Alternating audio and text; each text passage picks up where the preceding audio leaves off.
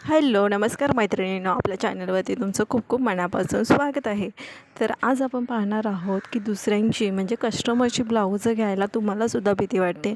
म्हणजे जर तुम्ही नवीन शिवण क्लास केला आहे, ओके, आता जर 2-3 महिन्याचा तुम्ही कोर्स केला आहे, पण समजा तुम्ही प्रॅक्टिस करून तुम्हाला साधारण 1 वर्ष झालं आहे, पण तरीसुद्धा भीती वाटते की दुसऱ्यांची ब्लाऊजं घेतली की माझ्याकडून खराब होतील किंवा असे सारखे प्रश्न आपल्या डोक्यामध्ये तयार होतात.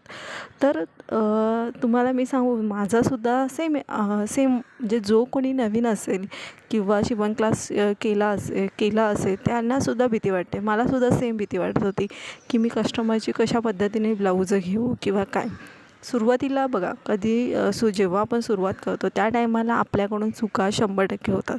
कारण की नवीन असतो आपण, आणि नवीन असं नाही आहे की भरपूर वर्षाचा अनुभव असला त्यांच्याकडून चुका होत नाही. त्यांच्याकडूनसुद्धा चुका होतात ब्लाऊजांची. पण आपण तर नवीन आहोत, पण आपल्याकडून तर नॉर्मली चुका होणार. चुका झाल्या तर त्या गोष्टी ॲक्सेप्ट करणं गरजेचं आहे. माझ्याकडून ती गोष्टीची चुका होत असतील त्या ॲक्सेप्ट करणं गरजेचं आहे आणि त्याच्यामध्ये सुधारणा करणं गरजेचं पडतं. आता कसं असतं, जेव्हा आपण नवीन असतो आणि जर कस्टमरने आपल्याला सांगितलं की तुझं इथे चुका झाल्यात, तिथे चुका झाल्यात, पण आणि तिथे आपण डिमोटिवेट झालो की मला ते जमत नाही आहे, मी कसं काय करू किंवा मी हे काम नको करू का, असं मनामध्ये येतं.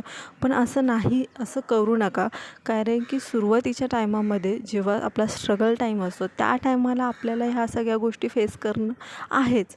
साधारणतः 1-2 वर्षंसुद्धा असतात. पण जेव्हा आपण त्या गोष्टीचा अनुभव म्हणजे सतत आपण जे ते काम करत असतो त्या टायमाला त्या गोष्टीचा अनुभव आपण घेतला तर आपण नक्कीच त्या गोष्टी चांगल्या आणि चांगल्या करणार.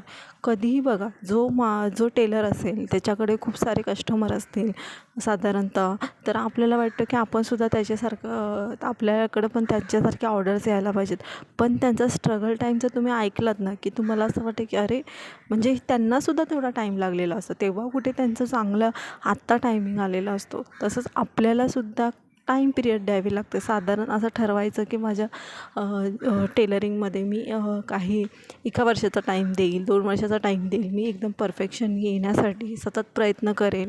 सतत मी 1-2 तास, दिवसाचे 2 तास तरी मी ॲटलिस्ट प्रॅक्टिस करेन. किंवा कस्टमरची ब्लाऊजं घ्यायची, कुठे प्रॉब्लेम वाटते, सातत्याने आपल्याला कस्टमरची कंप्लेंट येत असेल तर लिहून ठेवायचं, नोट डाऊन करून ठेवायचं आणि लक्ष ठेवायचं की कुठे माझं चुकते. ओके. आता जसं की मी आता इथे हा व्हिडिओमध्ये तुम्हाला जे व्हाईट कलरची ब्लाऊज आहे तीसुद्धा माझ्याकडे आलेल्या कस्टमरची आहेत. कटोरी ब्लाऊज आहे आणि खूप सारे प्रॉब्लेम मलासुद्धा झाले. मी सुद्धा प्रॉब्लेम फेस केलेत आणि आत्ताही करते. असं नाही आहे की मी परफेक्ट झाले. आणि कुठल्याही कामामध्ये, शिवणकामामध्ये आपण असं बोलू शकत नाही की मला खूप जास्त येतं. आपण स्वतःला जास्त समजायचं नाही, पण कुठल्या गोष्टी जर वाटत असतील, कुठे चुकत असेल तर त्या गोष्टी शिकणं आणि परत त्या गोष्टी परफेक्शनने आणणं ते सुद्धा खूप जास्त गरजेचं असतं. तर कसं असतं, जेव्हा आपण ब्लाऊजांची फिनिशिंग, आपण ब्लाऊजांचं काम कधी परफेक्ट होतं, ज्या वेळेला आपण सतत त्या गोष्टीसाठी प्रयत्न करतो आणि प्रयत्न केल्यावरतीच आपल्याला अनुभव येतात आणि अनुभवातूनच आपण सगळ्या गोष्टी शिकत असतो अशा पद्धतीने. आणि माझ्या ब्लाऊजचं फिनिशिंग यायलासुद्धा खूप टाईम लागलं, पण केलं. म्हणजे मी तिथं हार नाही मानली. मी सगळ्या गोष्टी करत राहिले आणि अजूनही करते. थँक्यू, धन्यवाद. व्हिडिओ आवडलाच